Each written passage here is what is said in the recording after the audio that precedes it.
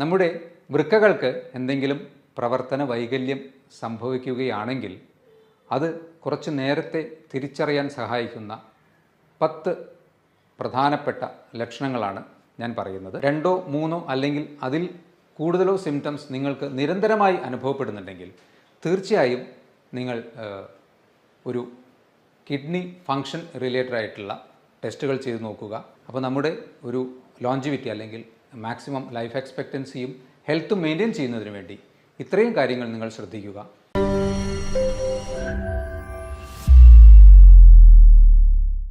Hello friends, നമ്മൾ ദിവസേന കഴിക്കുന്ന ഭക്ഷണം മായം കലർന്നത്, കുടിക്കുന്ന വെള്ളം പലപ്പോഴും മലിനം, ശ്വസിക്കുന്ന വായു മലിനം. ഇത്തരത്തിൽ ഇതാണ് ഒരു നോർമൽ അർബൻ ലൈഫിൻ്റെ ഇപ്പോഴത്തെ പിക്ചർ. നിരന്തരമായി ബാഹ്യമായും ആന്തരികമായും നമ്മുടെ ശരീരം സ്ട്രെസ്സ് നേരിട്ടുകൊണ്ടിരിക്കുകയാണ്. ശരിക്കും പറഞ്ഞാൽ ഈ ഒരു സ്ട്രെസ്സിനെ കോമ്പാറ്റ് ചെയ്യാൻ അല്ലെങ്കിൽ അതിനെ നിർവീര്യമാക്കാൻ വേണ്ടി ശരീരം നിരന്തരം ശ്രമിക്കുന്നു.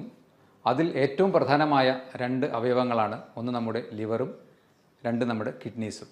നമ്മുടെ വൃക്കകൾക്ക് എന്തെങ്കിലും പ്രവർത്തന വൈകല്യം സംഭവിക്കുകയാണെങ്കിൽ അത് കുറച്ച് നേരത്തെ തിരിച്ചറിയാൻ സഹായിക്കുന്ന 10 പ്രധാനപ്പെട്ട ലക്ഷണങ്ങളാണ് ഞാൻ പറയുന്നത്.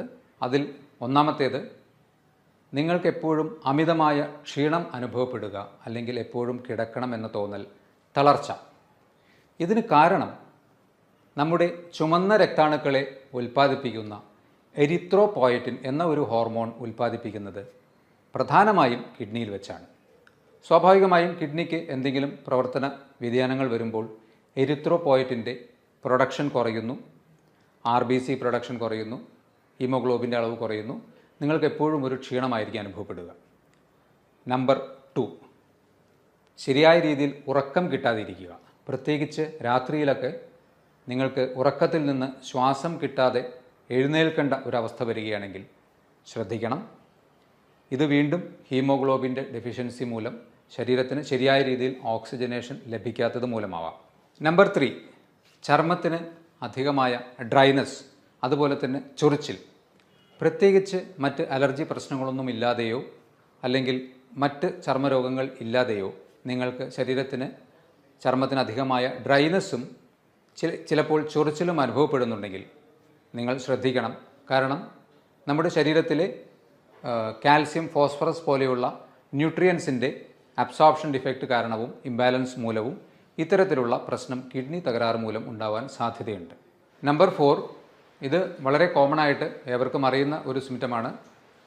രാവിലെ എഴുന്നേൽക്കുമ്പോൾ കണ്ണുകൾക്ക് താഴെ ചെറിയ തടിപ്പും നീരും പോലെ കാണപ്പെടുന്നത്. ശരീരത്തിൽ നിന്ന് അധികമായി പ്രോട്ടീൻ, സോഡിയം ഇവയൊക്കെ കിഡ്നിയുടെ തകരാറ് മൂലം നഷ്ടപ്പെടുന്നത് കൊണ്ടാണ് ഇത്തരത്തിൽ നീര് വരുന്നത്. ഇതും കിഡ്നി ഫങ്ഷനുമായി റിലേറ്റഡ് ആയിട്ടുള്ള ഒരു ലക്ഷണമാണ്. നമ്പർ 5, രാത്രികാലങ്ങളിൽ അധികമായി മൂത്രമൊഴിക്കണം, ഇടയ്ക്കിടെ എഴുന്നേറ്റ് മൂത്രമൊഴിക്കാൻ പോകുന്ന ഒരു ടെൻഡൻസി. ഇങ്ങനെ കാണുകയാണെങ്കിൽ നിങ്ങൾ തീർച്ചയായും കിഡ്നിയുടെ ഫങ്ഷനുമായി റിലേറ്റഡ് ആയിട്ട് ഒന്ന് ആലോചിക്കേണ്ടതാണ്. ഇത് ചിലപ്പോൾ പുരുഷന്മാരിൽ പ്രോസ്റ്റേറ്റ് ഗ്രന്ഥിയുടെ വീക്കം മൂലം BPH എന്ന അസുഖത്തിലും, അതുപോലെ തന്നെ റിപ്പീറ്റഡ് ആയിട്ടുള്ള യൂറിനറി ഇൻഫെക്ഷൻസ് വരികയാണെങ്കിലും ഈ ഒരു അവസ്ഥ ഉണ്ടാകാം. പക്ഷേ BPH അല്ലെങ്കിൽ പ്രോസ്റ്റേറ്റ് ഹൈപ്പർട്രോഫി നിങ്ങൾക്കൊരു അൾട്രാസൗണ്ട് സ്കാനിലൂടെ നിർണ്ണയിക്കാൻ പറ്റും. അതുപോലെ തന്നെ യൂറിനറി ഇൻഫെക്ഷൻ ആണോ എന്നുള്ളത് യൂറിൻ റൂട്ടീൻ എക്സാമിനേഷൻ ചെയ്താലും നമുക്ക് പിടികിട്ടും. നമ്പർ 6, മൂത്രമൊഴിക്കുമ്പോൾ അധികമായി ക്ലോസറ്റിൽ പത പോലെ കാണപ്പെടുക. കൂടുതലായി പ്രോട്ടീൻ മൂത്രത്തിലൂടെ നഷ്ടപ്പെടുമ്പോൾ നമ്മുടെ മുട്ടയുടെ പ്രോട്ടീനോട് സമാനമായ രീതിയിലുള്ള പ്രോട്ടീനാണ്, അത് മൂത്രത്തിലൂടെ അധികമായി നഷ്ടപ്പെടുമ്പോൾ ഇത്തരത്തിൽ പത കാണാൻ സാധ്യതയുണ്ട്. എന്നാൽ ഇവിടെയും നിങ്ങൾക്ക് 2-3 കാര്യങ്ങൾ ഇത് ശരിക്കും കിഡ്നിയുടെ തകരാറ് മൂലമാണോ എന്ന് തിരിച്ചറിയാൻ വേണ്ടി സഹായിക്കും.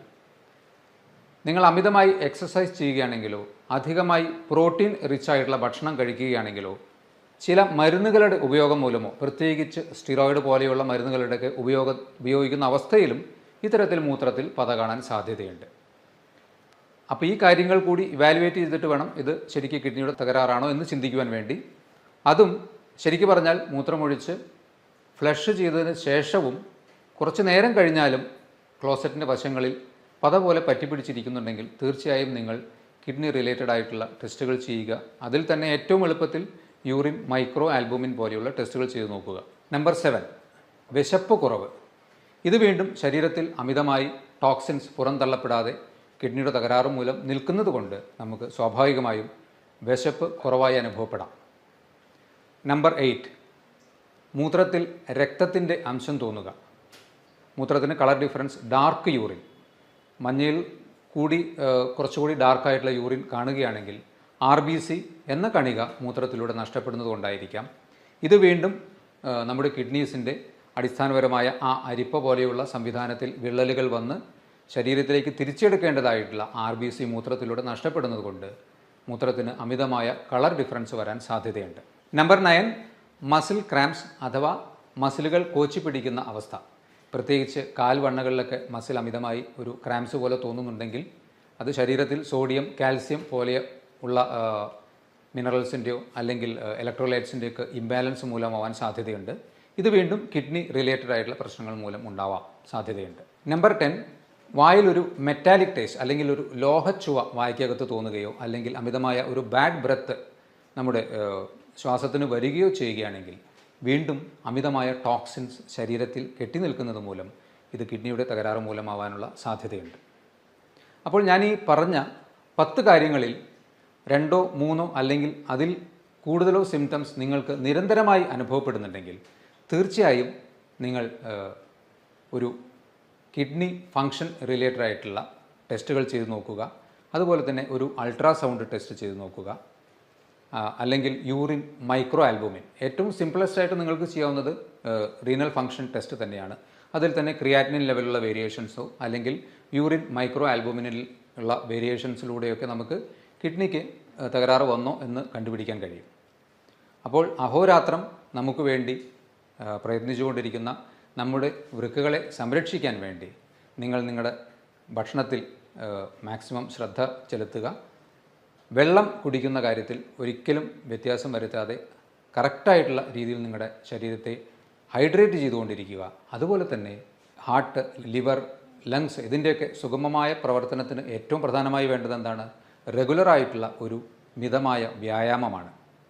അപ്പോൾ നമ്മുടെ ഒരു ലോഞ്ചിവിറ്റി അല്ലെങ്കിൽ മാക്സിമം ലൈഫ് എക്സ്പെക്റ്റൻസിയും ഹെൽത്തും മെയിൻറ്റെയിൻ ചെയ്യുന്നതിന് വേണ്ടി ഇത്രയും കാര്യങ്ങൾ നിങ്ങൾ ശ്രദ്ധിക്കുക. ഈ പറഞ്ഞ ലക്ഷണങ്ങളിൽ കുറച്ചൊരു ഗ്രൂപ്പ് ഓഫ് ലക്ഷണങ്ങൾ നിങ്ങൾക്കുണ്ടെങ്കിൽ അതുമായി റിലേറ്റഡ് ആയിട്ടുള്ള ടെസ്റ്റുകളും ചെയ്തു നോക്കുക. എല്ലാവരും ആരോഗ്യത്തോടെയും സുരക്ഷിതരായും ഇരിക്കുക. ഇതുപോലെയുള്ള മറ്റൊരു ഹെൽത്ത് ടോപ്പിക്കുമായി വീണ്ടും കാണാം. ബൈ.